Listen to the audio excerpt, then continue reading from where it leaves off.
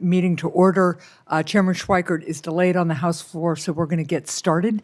I want to begin just by thanking Chairman Schweikert for calling today's hearing. This is a really important topic.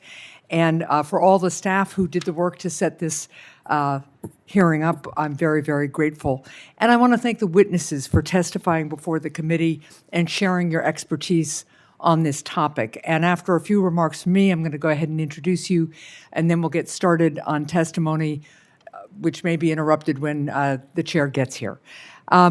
I join Chairman Schweikert in recognizing the importance of growing innovation here in the United States, especially as we work to outcompete China. Just this past August, I was pleased to host the chairman for a bipartisan roundtable on innovation in New Hampshire, where he met some of our region's tech leaders, an event that was born out of an exchange that we had during a past JEC hearing. Looking more broadly, we know that federal investments in research and innovation can drive economic growth and lead to breakthrough technologies that we end up using every single day. A recent analysis by the Nonpartisan Congressional Budget Office found that federal R&D investments can actually lower the deficit over the long run through the increased economic growth that results from these technologies. The internet, GPS, and semiconductors all began with initial federal investment, which the private sector could then build on.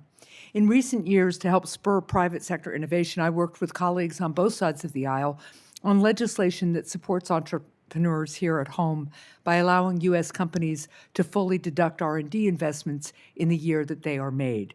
This provision became law last summer, and I know that this support for R&D will only help American businesses continue to innovate.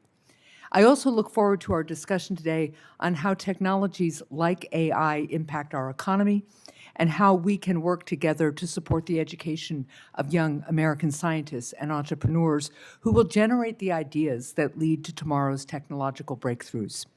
And one of my focuses for the conversation today will be on how we can work together on a bipartisan basis to upskill our workforce, invest in our scientists, and drive American innovation. So again, I'm grateful to the chairman for holding this hearing, and especially grateful to our witnesses for agreeing to testify today. I really look forward to the discussion. And with that, I'm going to move to introduce the witnesses. Mr. Will Reinhardt is a senior fellow at the American Enterprise Institute. His work focuses on the regulation and economic impacts of artificial intelligence.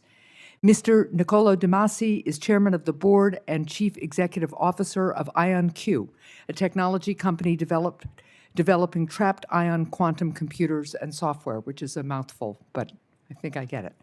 Mr. Evan Beard is the founder and chief executive officer of Standard Bots, a U.S.-based company which designs and assembles six-axis programmable robotic arms. And Ms. Ruth Whitaker is the Director of Technology Policy at Third Way, where she leads the organization's efforts in crafting an innovation agenda that balances transformative progress in technology with effective protections against harm and misuse. We will begin witness testimonies with Mr. Reinhardt and continue in the order of introductions. Mr. Reinhardt, the floor is yours.